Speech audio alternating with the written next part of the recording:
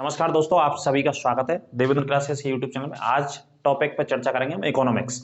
और इकोनॉमिक्स के top 50 questions हैं। जैसे आगामी आने वाला यूपी ट्रिपल एससी पैट का है, उसमें 5 क्वेश्चंस तो इससे आने ही आने, लेकिन इसके अलावा भी आप इस क्लास को पढ़ सकते हैं किसी भी एग्जाम्स के लिए। तो क्लास में अंत तक बने रहें। देखते हैं ये बहुत सारे क्वेश्चन जो मैंने आपके सामने लिखे हैं, ये रिपीटेड क्वेश्चन है जो एग्जाम्स में पूछे गए। तो देखिए, हेडिंग डाल लेना अर्थशास्त्र। अर्थशास्त्र का मतलब होता है किसी भी देश की वो व्यवस्था जो पैसे से संचालित होती है या धन से संचालित होती है, उसको बोलते हैं अर्थशास्त्र। ठीक है, अर्थ का मतलब इसमें पैसा होता है, आप जानते ही। और शास्त्र का मतलब ऐसे संसाधन है, ऐसे सोर्स जिनका माध्यम या जिनका संचालन पैसे के माध्यम से होता है, इसी को हम बोलते हैं अर्थशास्त्र। एक अर्थशास्त्र था जो चाणक्य के द्वारा लिखा गया था, लेकिन जो चाणक्य ने लिखा था मौर्य साम्राज्य के समय में, वो अर्थशास्त्र राजनीति से संबंधित था। उसमें यह बताया था चाणक्य ने कि राजा को कैसे शासन करना चाहिए अपनी प्रजा के ऊपर, क्या नियम और सिद्धांत होने चाहिए शासन करने के लिए।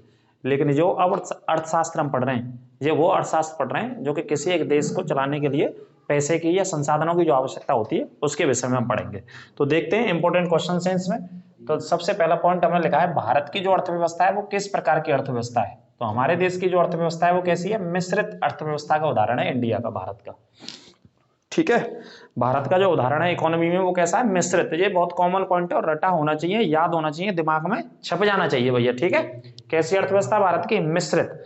मिश्रित बोले तो दो प्रकार की व्यवस्थाओं का सहयोग है भारत के अंदर, उस आधार पर हमारे देश की अर्थव्यवस्था चलती है। दो प्रकार क्या है इसमें, एक है सार्वजनिक। सार्वजनिक बोले तो सरकार काम करती है, और दूसरा है निजी, प्राइवेट सेक्टर। सार्वजनिक क्षेत्र और प्राइवेट सेक्टर दोनों मिलकर के, प्राइवेट को हिंदी में बोलेंगे निजी क्षेत्र, सार्वजनिक को बोलेंगे सरकारी क्षेत्र। सरकारी और निजी क्षेत्रों को मिलाकर के जो अर्थव्यवस्था बनी हुई है, उसी अर्थव्यवस्था का नाम हमारे देश में है मिश्रित अर्थव्यवस्था का उदाहरण है। ऐसी अर्थव्यवस्थाएं मिल जाएंगी दुनिया में, लेकिन बहुत कम मिलेंगी। ठीक है, भारत में ये मॉडल चलता है मिश्रित अर्थव्यवस्था। लिखा भी है मैंने समझाने के लिए, तो लिख लेना एक लाइन में थोड़ा सा। इसमें सार्वजनिक होता है और निजी क्षेत्र दोनों को मिला करके ही मिश्रित अर्थव्यवस्था बोली जाती है। अब चूंकि ये करंट का पॉइंट है, वो भी मैंने आपके लिए डाल दिया है। इसी तरीके से ये टॉप 50 क्लासेस में इकोनॉमी की आपके लिए डालता रहूंगा, साइंस और इकोनॉमी की। तो देखिए, अमेरिका है दुनिया की सबसे बड़ी अर्थव्यवस्था, नंबर 1 पे। अमेरिका के बाद चीन की दूसरे नंबर पर आएगी, जापान है तीसरे स्थान पर, और जर्मनी है। जर्मनी के बाद 5वें स्थान पर है भारत। ठीक है, भारत दुनिया की 5वीं सबसे बड़ी अर्थव्यवस्था है इस समय, वर्तमान में बात कर रहा हूं मैं 2023 की। ठीक है, तो ये करंट अफेयर्स का पॉइंट है, लिख लेना।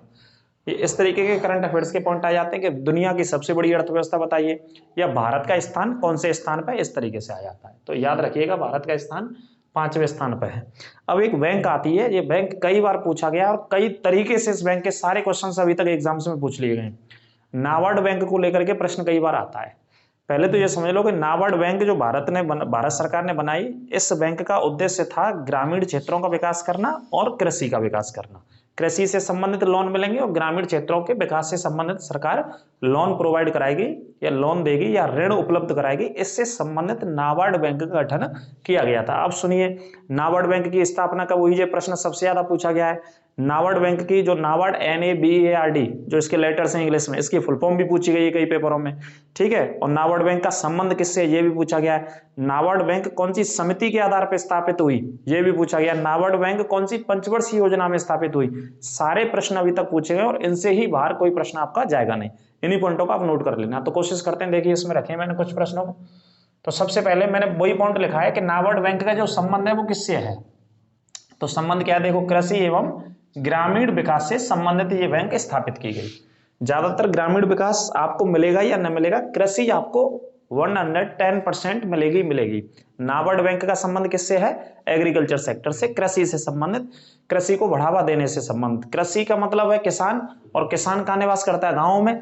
तो आप समझ रहे हैं, इसी तरीके से समझ सकते हैं भाई, एग्रीकल्चर को बढ़ावा देने के लिए, कृषि को प्रोत्साहित करने के लिए, एनकरेजमेंट करने के लिए सरकार ने एक बैंक की स्थापना करी, जिसका नाम रखा सर नाबार्ड बैंक। समझ में आई, कोई दिक्कत, शक, समस्या। नाबार्ड बैंक की स्थापना हो गई साहब, कौन सी बैंक की, नाबार्ड की। अब स्थापना कब हुई, 6वीं पंचवर्षीय योजना में। एक एक पॉइंट मोस्ट इंपोर्टेंट है, नोट कर लेना। उस समय पंचवर्षीय योजना कौन सी चल रही थी, 6वीं पंचवर्षीय योजना, और वर्ष थी 12 जुलाई 1982 को इसकी स्थापना हुई थी। पंचवर्षीय योजना 6वीं थी और स्थापना कब हुई, 12 जुलाई 1982 को। और नाबार्ड बैंक का जो हेड ऑफिस है भाई साहब, जो मुख्यालय है, उसे आप लिख लीजिएगा, हेड ऑफिस कहाँ पे भैया इसका, दिल्ली में, मुंबई में? तो नाबार्ड बैंक का जो हेड ऑफिस है वो मुंबई में स्थित है। कहाँ पे स्थित है? मुंबई में लिख लेना हेड ऑफिस, मुख्यालय, ठीक है। अब देखिए फुल फॉर्म कई पेपरों में इसकी पूछी गई है नाबार्ड की, तो इसकी फुल फॉर्म भी आप नोट कर लीजिएगा भाई साहब, national bank for agriculture and rural development, ये फुल फॉर्म है। एक एक लेटर लिख लेना, क्वेश्चन छूटना नहीं चाहिए, है ना। फुल फॉर्म भी कई बार पूछी गई है, NABARD, ये नाबार्ड ऐसे लिखेंगे तो ये नाबार्ड की फुल फॉर्म है, नेशनल बैंक फॉर एग्रीकल्चर। आप समझ गए कि भाई काय काय बनाई गई है बैंक, एग्रीकल्चर काय बनाई गई है, तो आपको याद होना चाहिए। दूसरा शब्द क्या है इसमें, रूरल। रूरल का मतलब होता है गांव, और डेवलपमेंट का मतलब क्या होता है, विकास। विकास किसका करना है, एक तो कृषि के क्षेत्र का विकास करना है सरकार को, एक गांव का, ग्रामीण क्षेत्र का विकास करना है। तो ये फुल फॉर्म के शब्द इजीली याद हो जाएंगे। नेशनल का मतलब राष्ट्रीय बैंक है पूरे भारत की, सबसे बड़ी बैंक है ये कृषि के क्षेत्र की, ठीक है।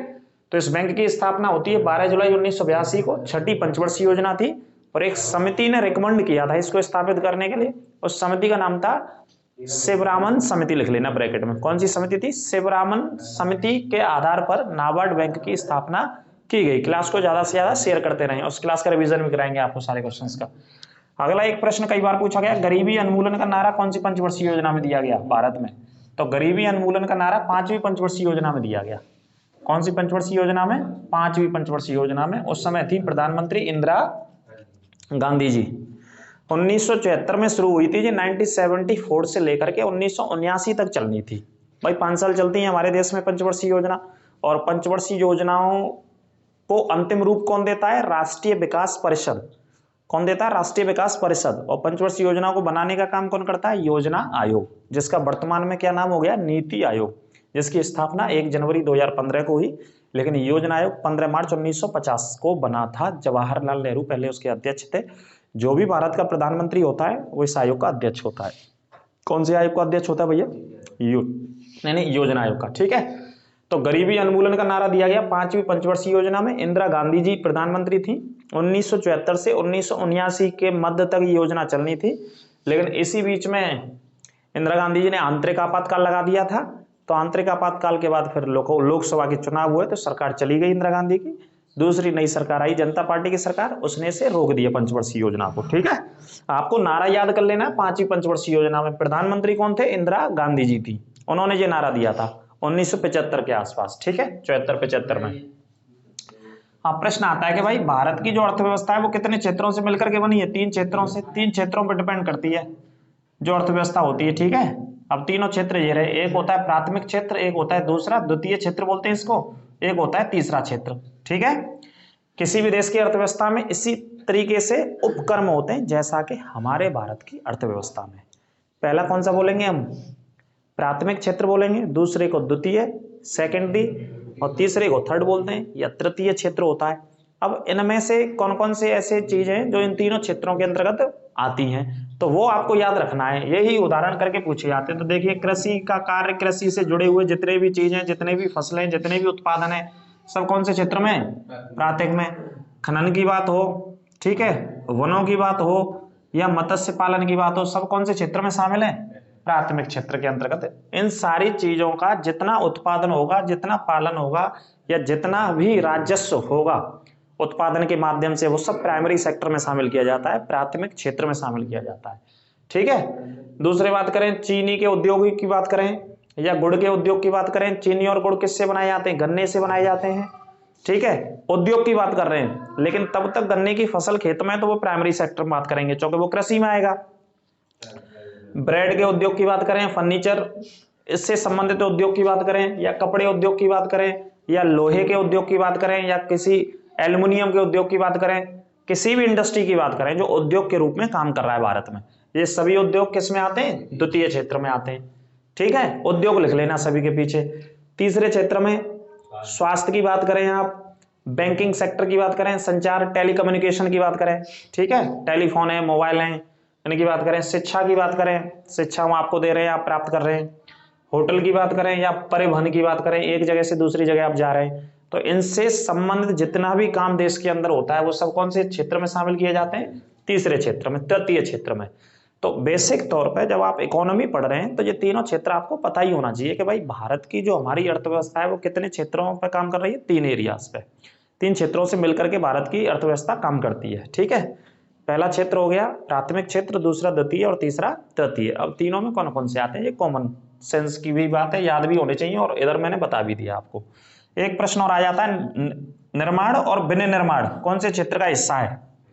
निर्माण शब्द आया या विनिर्माण आया, ये वाला शब्द देखने को मिल जाता है कई परीक्षाओं में, तो कौन से क्षेत्र में आएंगे, द्वितीय क्षेत्र में। विनिर्माण का मतलब इंग्लिश में होता है मैन्युफैक्चरिंग होना, कहीं पर मैन्युफैक्चरिंग हो रहा है, कोई प्रोडक्ट बनना है बहुत बड़ी कंपनी के अंदर, है ना, कोई सामान बनना है, कोई वस्तुएं बन रही है, उसे इंग्लिश में मैन्युफैक्चर बोलते हैं। और हिंदी में क्या शब्द है इसका, विनिर्माण क्षेत्र। कौन से सेक्टर में शामिल करेंगे, सेकंड सेक्टर में शामिल करेंगे, द्वितीय क्षेत्र में। ठीक है, अब अगला पॉइंट हम शामिल कर लेते हैं ऑपरेशन फ्लड को। ऑपरेशन फ्लड संबंधित रहा भारत में, दूध के उत्पादन से संबंधित रहा, और कब शुरू हुआ था, 1970 में। 1970 में ऑपरेशन फ्लड शुरू किया गया था, नोट कर लेना, छाप लेना। ठीक है, हालांकि ऑपरेशन फ्लड 3 चरणों में चलता रहा, तकरीबन 1980-85 तक चला था, ये 70 से शुरू होकर के अलग अलग चरणों में सरकार ने इसे चलाया। ऑपरेशन फ्लड दूध के उत्पादन को बढ़ाने को लेकर के संबंधित था। ये श्वेत क्रांति से संबंधित पढ़ते हैं इसको हम। श्वेत क्रांति के जनक थे डॉक्टर वर्गीज कुरियन। कौन थे, डॉक्टर वर्गीज कुरियन श्वेत क्रांति के जनक थे। श्वेत क्रांति के जनक डॉक्टर वर्गीज कुरियन। ठीक है, तो इन्होंने सबसे ज्यादा दूध के उत्पादन पर काम किया था, इनका नाम जरूर लिख लेना, श्वेत क्रांति। भारत की सबसे बड़ी जो दुग्ध सहकारी संस्था है वो कौन सी है, अमूल। और अमूल कहां पे है, गुजरात में। भारत की सबसे बड़ी दुग्ध सहकारी संस्था अमूल है। जो अमूल का दूध हम तुम पीते हैं ना, वो सबसे बड़ा जो प्लांट है भारत का, वो कहां पे है, गुजरात में।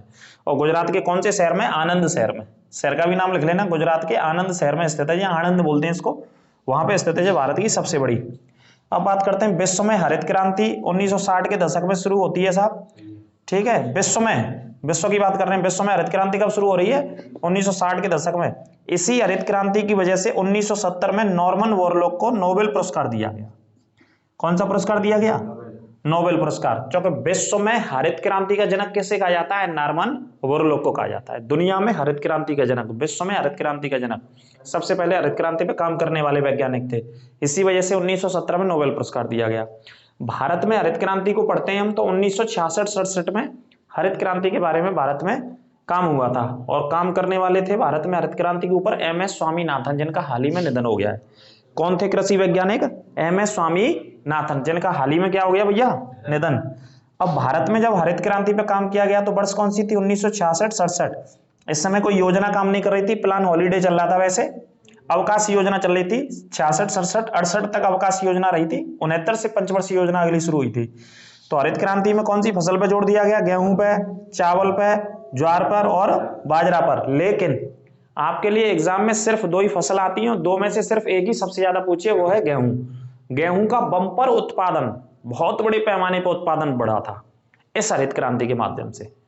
जो गेहूं की प्रजातियां होती थी वो बहुत कम उत्पादन करती थी हरित क्रांति के आने से पहले, लेकिन हरित क्रांति में मैक्सिको नॉर्थ अमेरिका का देश है, वहां से गेहूं की प्रजातियों को भारत लाया गया और भारत में इनको उत्पादन के क्षेत्र में स्थापित किया गया। उसके बाद इसका रिजल्ट जब आया तो 500 गुना बम्पर पैदावार हुई पिछली प्रजाति से अगर कंपेयर करते तो। ठीक है, तो ये पॉइंट नोट कर लेना। अब कुछ समितियां जैसे शिवरावन समिति किससे संबंधित है, नाबार्ड बैंक की स्थापना मैंने पहले भी बताया, फिर दोबारा बता दिया भाई। नाबार्ड बैंक की स्थापना कौन सी समिति के सुझाव पर की गई, जो कि कृषि की और ग्रामीण क्षेत्र के विकास की सबसे बड़ी बैंक है भारत की, शिवरावन समिति के सुझाव के आधार पर। एक आबिद हुसैन समिति थी, इसने लघु उद्योगों को कैसे बढ़ाया जाए उसके लिए सुझाव दिया सरकार को। एक केलकर समिति बनी थी, ये कर सुधारों से संबंधित थी। जो टैक्स लगाती है ना सरकार, टैक्स में कैसे सुधार कर सकते हैं, टैक्सों से संबंधित थी। कौन सी, केलकर समिति। सरकारी आयोग, ये केंद्र और राज्यों के संबंध से संबंधित थी, 1988 में समिति बनाई गई।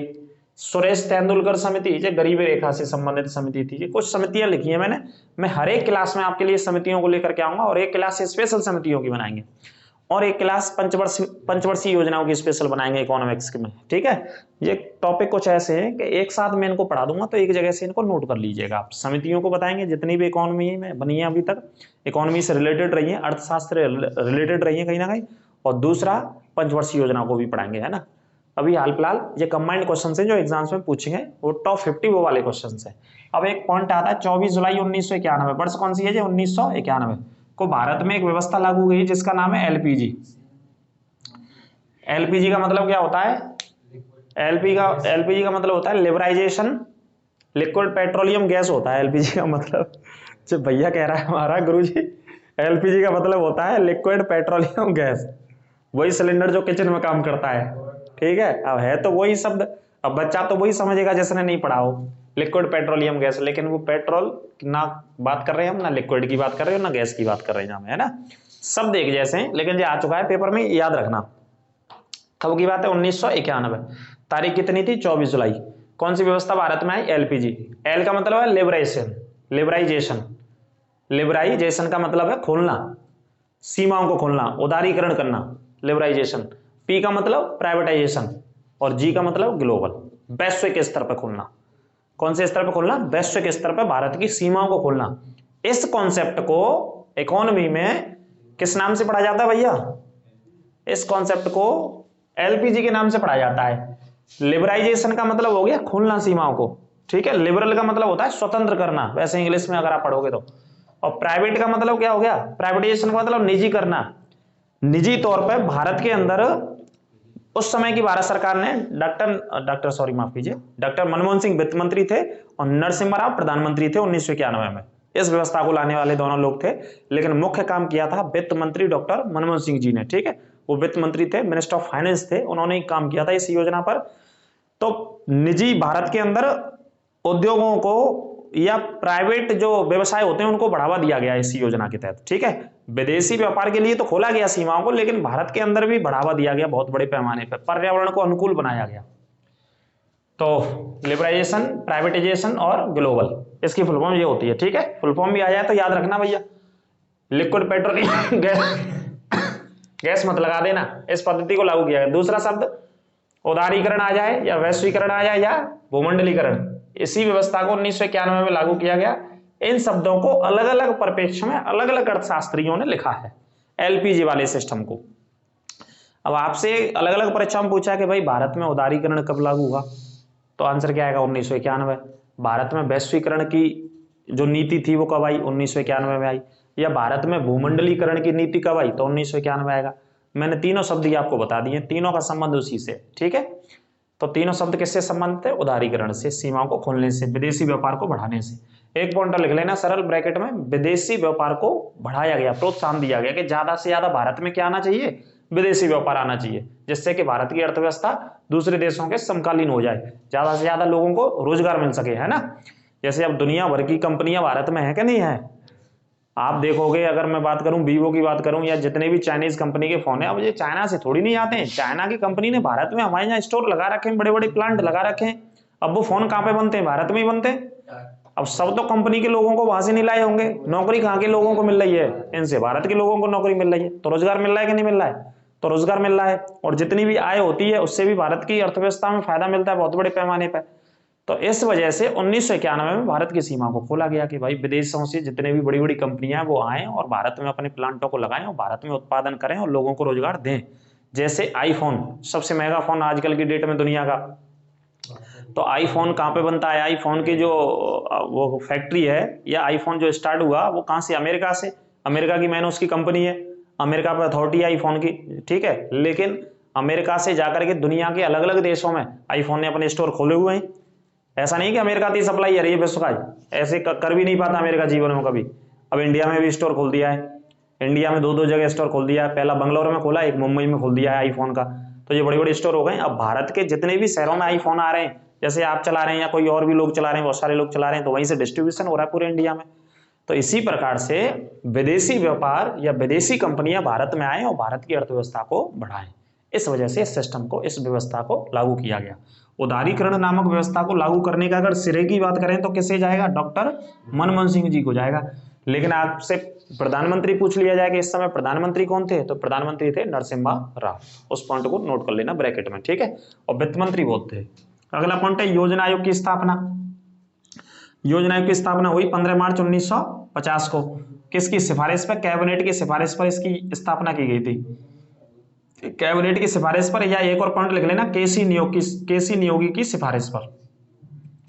केसी नियोगी पहले वित्त आयोग के अध्यक्ष रहे थे सबसे पहले 1951 में, तो इन्होंने भी सिफारिश दी थी, ऐसा अलग अलग किताबों में लिखा है, दोनों के बारे में लिखा है। कहीं तो लिखा है कैबिनेट ने सिफारिश किया योजना आयोग बनाइए, कहीं लिखा है केसी नियोगी की सिफारिश के आधार पर भारत में 15 मार्च 1950 को काय की स्थापना होती है, योजना आयोग।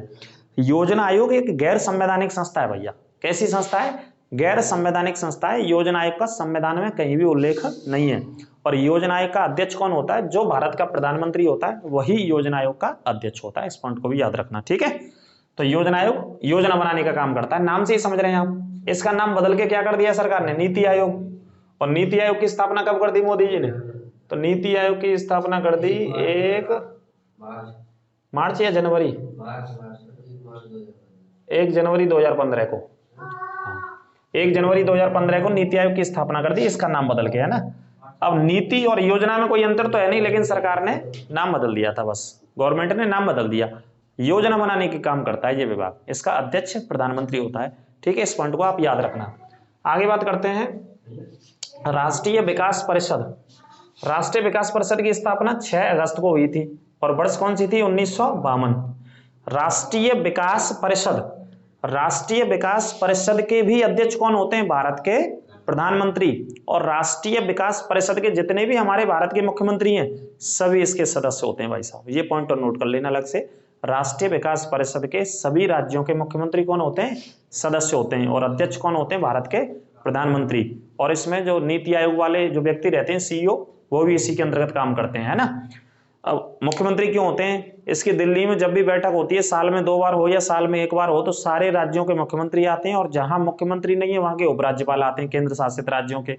तो मुख्यमंत्रियों को जहां जहां अपने राज्यों में दिक्कतें होती हैं वो प्रधानमंत्री के सामने बताते हैं कि भाई हमारे यहाँ उन शहरों को लेकर के या उन इलाकों को लेकर के बहुत ज्यादा पिछड़े हैं, आप पैसा दो दिल्ली से हमें भारत सरकार से, जिससे कि अपने क्षेत्रों का क्या करें? विकास करें हम। तो अपनी अपनी मांगों को, अपनी अपनी व्यवस्थाओं को अपने राज्यों के आधार पर लोग रखते हैं यहाँ पे, है ना। तो नाम ही देख रहे हैं आप, राष्ट्रीय मतलब पूरे भारत की विकास परिषद काय का काम करेगी? विकास का काम करती है पूरे देश में, इसी वजह से क्या नाम रखा गया? राष्ट्रीय विकास परिषद। ये भी एक गैर संवैधानिक संस्था है। योजना आयोग और राष्ट्रीय विकास परिषद का संविधान में से कोई लेना देना नहीं है, यह संविधान में दोनों का कोई उल्लेख नहीं है। ये भी पॉइंट नोट कर लेना आप, संविधान में दोनों का कोई उल्लेख नहीं है, ठीक है भाई साहब। और सुनिए, योजना आयोग की जितनी योजना होती है, योजना आयोग जो योजना बनाता है, जिसे पंचवर्षीय योजना हम कहते हैं, उसको अंतिम रूप देने का काम भी राष्ट्रीय विकास परिषद करता है। अंतिम रूप से कौन लागू करता है? इंप्लीमेंट राष्ट्रीय विकास परिषद करता है, ठीक है। आगे बात करते हैं, जो मैंने लिखा भी है, एनडीसी योजना आयोग की नीतियों को क्या करता है? अंतिम रूप देता है या लागू करता है अंतिम रूप से। आगे है 6 बैंकों का राष्ट्रीयकरण 1980 में किया गया था। कितनी बैंकों का? 6 बैंकों का राष्ट्रीयकरण 1980 में किया गया था। इस पॉइंट को भी नोट कर लेना। 14 बैंकों को तो आप पढ़ते ही हैं, लेकिन 6 बैंकों का भी राष्ट्रीयकरण हुआ था 1980 में। उस समय प्रधानमंत्री कौन थी? शायद राजीव गांधी के समय में हुआ था, इंदिरा गांधी की हत्या कर दी गई थी। उसके बाद कौन बने थे? राजीव गांधी प्रधानमंत्री बने थे। तो 6 बैंकों का राष्ट्रीयकरण 1980 में किया गया, ठीक है। ये पॉइंट भी नोट कर लेना। अगला पॉइंट है 19 जुलाई 1969 को, मोस्ट इंपोर्टेंट पॉइंट है ये सब इकोनॉमिक्स के, सभी को छाप लेना, रट लेना। और भी क्लासेस कोशिश करेंगे बहुत जल्दी से आपसे आपके लिए बना दें। 19 जुलाई 1969 को 14 बैंकों का राष्ट्रीयकरण हुआ। कितनी बैंकों का? 14 बैंकों का राष्ट्रीयकरण हुआ। कौन सी तारीख को हुआ? 19 जुलाई और वर्ष 1969। इस समय कौन सी पंचवर्षीय योजना चल रही थी? 69 से 74 के बीच में, बताओ भाई कौन सी, तीसरी या चौथी? चौथी पंचवर्षीय योजना के समय में हुआ था जी। चौथी पंचवर्षीय योजना में 14 बैंकों का राष्ट्रीयकरण हुआ था, ठीक है। अगला प्रश्न है राष्ट्रीय विस्तार कार्यक्रम। ये पूरे भारत के स्तर पे एक कार्यक्रम शुरू किया सरकार ने, राष्ट्रीय विस्तार कार्यक्रम। कब शुरू किया? 1953 में शुरू किया गया था। यानी कि पहली पंचवर्षीय योजना में पढ़ सकते हैं आप इसे। कौन सी पंचवर्षीय योजना में? पहली पंचवर्षीय योजना में राष्ट्रीय विस्तार कार्यक्रम शुरू किया गया था, ठीक है। देश के विकास से ही संबंधित था ये कार्यक्रम भी। अगला प्रश्न है 1966, 67 और 69, ये तीनों वर्ष लिख लेना। 66, 67 और 69 में क्या व्यवस्था चल रही थी भारत में? प्लान हॉलीडे, मतलब योजना अवकाश चल रहा था भारत में। क्या चल रहा था भारत में? योजना अवकाश। इसे इंग्लिश में प्लान हॉलीडे बोलते हैं। इसका मतलब है कि इस समय कोई योजना नहीं चल रही थी भारत में। ये प्रश्न कई बार आता है कि बताइए योजना अवकाश की कौन सी वर्ष रही भारत में? योजना नहीं थी उस समय, बनी नहीं थी, बनाई नहीं गई, अनेक कारण हो सकते हैं उस समय। तो 66, 67 और 69 इस समय में कोई योजना काम नहीं कर रही थी भारत में। इसी वजह से इन तीनों वर्षों को क्या पढ़ते हैं इकोनॉमिक्स में या इकोनॉमी में या पंचवर्षीय योजना के इतिहास में? योजना अवकाश, प्लान हॉलीडे। छुट्टी पे चली गई योजनाएं, अपना बस्ता फस्ता लेके कहां चली गई? छुट्टी पे। जैसे हमें हमारी छुट्टी ना याद है, जैसे छुट्टी है याद गई बचपन में, उम्र हो जाए 55 की और दिल होना चाहिए बचपन का हमेशा। चाहे आपकी उम्र हो जाए 55 की लेकिन दिल हमेशा आपका कैसा होना चाहिए? बचपन का। तो बचपन की चीज़ों को याद करते रहिए। तो जैसे कक्षा 6 में हम पढ़ते, 5 में पढ़ते, तो जब आंट का घर बैग लेके, बैग को तो टाइम ही ना हो, मतलब आप क्या बताएं, किताबन वैसे ही ले जाते झोला में, झोला में का कट्टा में ले जाते। कट्टा वो नहीं जो कट्टा दूसरे वाले कट्टे की बात कर रहे हैं हम, वैसा वाला कट्टा जो सीमेंट वाले टाट कट्टा आते नहीं है, ऐसे इस टाइप की बात कर रहे हैं। ऐसे में ले जाते और वास्तव में ले जाते और ईमानदारी से ले जाते। आपको बता रहे हैं, लेकिन बताने में क्या है ना, हमारे स्टूडियो में हमारे बैठे रहते हैं, स्टूडियो के करता धरता बैठे रहते हैं, तो इस वजह से हंसी आती रहती है।